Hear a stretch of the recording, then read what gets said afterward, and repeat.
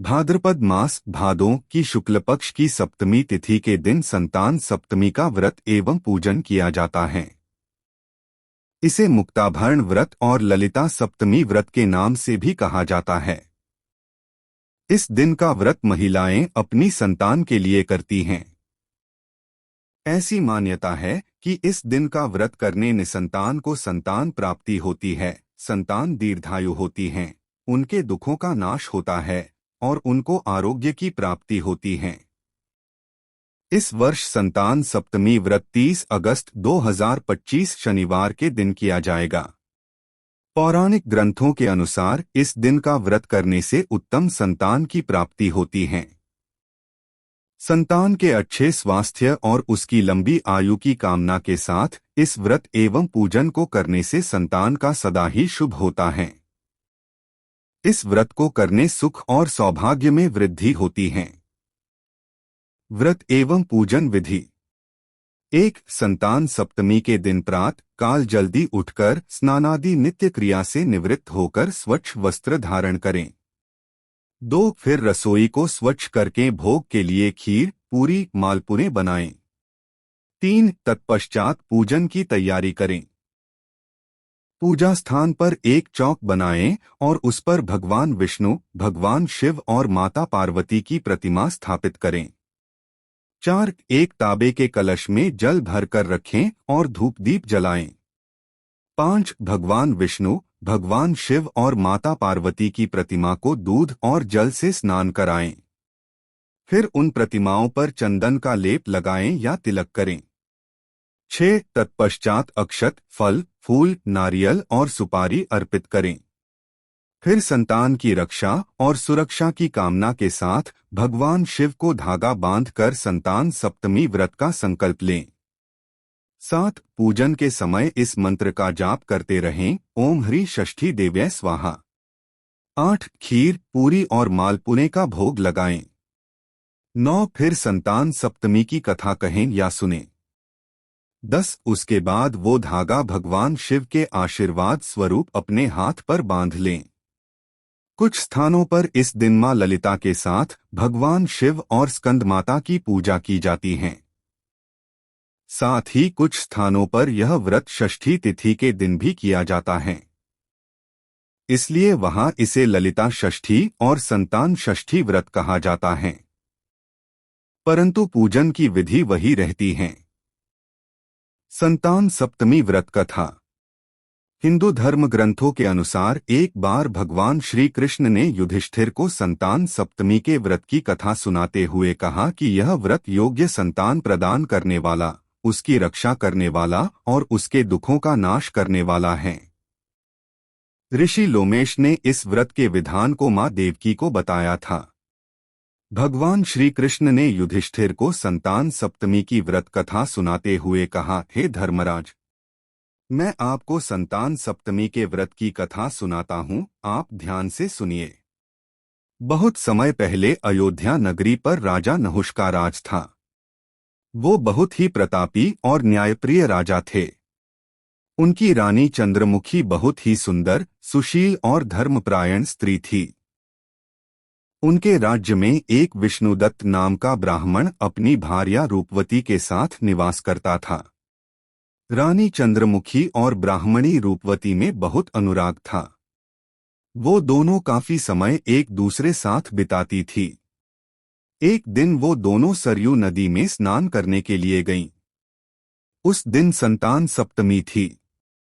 उन्होंने देखा कि स्त्रियां वहां पर स्नान करके वहीं माता पार्वती और भगवान शिव की प्रतिमा बनाकर विधि विधान के साथ उनकी पूजा अर्चना कर रही थी।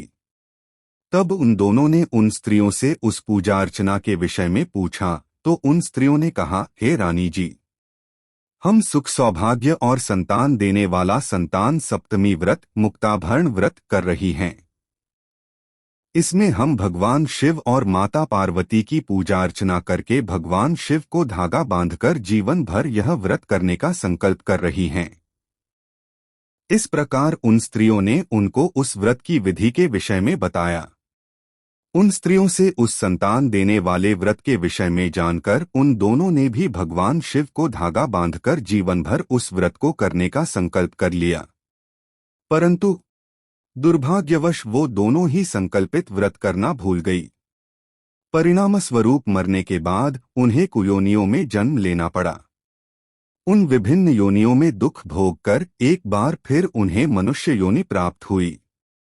इस जन्म में रानी चंद्रमुखी ने राजकुमारी ईश्वरी के रूप में जन्म लिया और उनका विवाह मथुरा के राजा पृथ्वीनाथ के साथ हुआ और ब्राह्मणी रूपवती ने भूषणा के रूप में एक ब्राह्मण परिवार में जन्म लिया और उसका विवाह मथुरा के राजपुरोहित अग्निमुखी के साथ हुआ। पूर्वजन्म की ही भांति इस जन्म में भी उन दोनों में बहुत प्रेम था। पूर्व जन्म में संकल्पित व्रत न करने के कारण इस जन्म में रानी को संतान सुख प्राप्त नहीं हो सका। उसने एक मूकबधिर बालक को जन्म दिया और वो भी अल्पायु में ही मृत्यु को प्राप्त हो गया। इस कारण वो बहुत दुखी रहने लगी। उधर सौभाग्यवश ब्राह्मणी भूषणा को उस व्रत का स्मरण रहा और उसने इस जन्म में उस व्रत का पालन किया, जिसके फलस्वरूप उसको 8 पुत्रों की प्राप्ति हुई। उसके पुत्र स्वस्थ होने के साथ साथ बहुत ही रूपवान और गुणवान थे। जब भूषणा को अपनी सखी रानी ईश्वरी के मूकबधिर पुत्र की मृत्यु का पता चला तो वो रानी को सहानुभूति देने के लिए उससे मिलने गई। पुत्र की मृत्यु के शोक के कारण रानी के हृदय में अपनी सहेली भूषणा के प्रति ईर्ष्या उत्पन्न हो गई।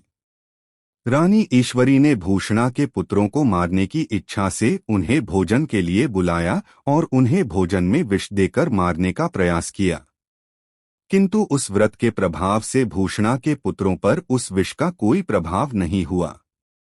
यह देखकर रानी ईश्वरी क्रोध और ईर्ष्या के मारे जल उठी और उसने सेवकों को आदेश दिया कि वो भूषणा के पुत्रों को यमुना के गहरे पानी में फेंक दे। परंतु इस बार भी उस व्रत के प्रभाव से उन बालकों का बाल भी बांका नहीं हुआ और वो सुरक्षित रहे। इतना सब कुछ होने के बाद भी रानी ईश्वरी को सब्र नहीं हुआ और उसने भूषणा के पुत्रों को मारने के लिए जल्लादों को आदेश दे दिया। सेवक उन्हें जल्लादों के पास ले गए, किंतु यहाँ भी भगवान शिव और माता पार्वती ने भूषणा के पुत्रों की रक्षा करी और उन्हीं की कृपा से वो इस बार भी पूर्ण रूप से सुरक्षित रहें। जब यह बात रानी को पता चली कि तो उसे आभास हुआ कि हो न हो यह कोई ईश्वरीय चमत्कार है और उसने भूषणा से अपनी भूल के लिए क्षमा मांगी।